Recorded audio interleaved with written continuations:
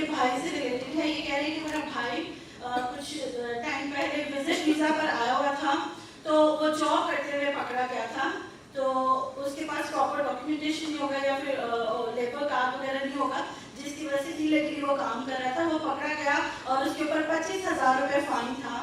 तो ये कह रहे हैं कि उसकी वजह से वो IAS उसको सजा भी हुई, जेल उसको जाना पड़ा 2 महीने तो 2 महीने वो जेल में रहे, जिसकी वजह से वो काफ़ी परेशान थे।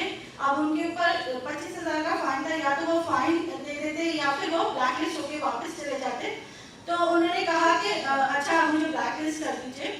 तो ये भाई कह रहे हैं कि जब उन्होंने ये डिसाइड किया कि वो ब्लैक लिस्ट हो जाए, उसके बाद उनको थोड़ा सा टाइम मिला, वहाँ पर इमिग्रेशन में बैठे और 10-15 मिनट उन्होंने दुआ की, पास्टर साहबान ने भी उनके लिए दुआ की। तो ये कह रहे हैं कि वो जो फाइन 25,000 का था वो 2,100 में उन्होंने कर दिया और उन्होंने ब्लैक लिस्ट भी नहीं किया।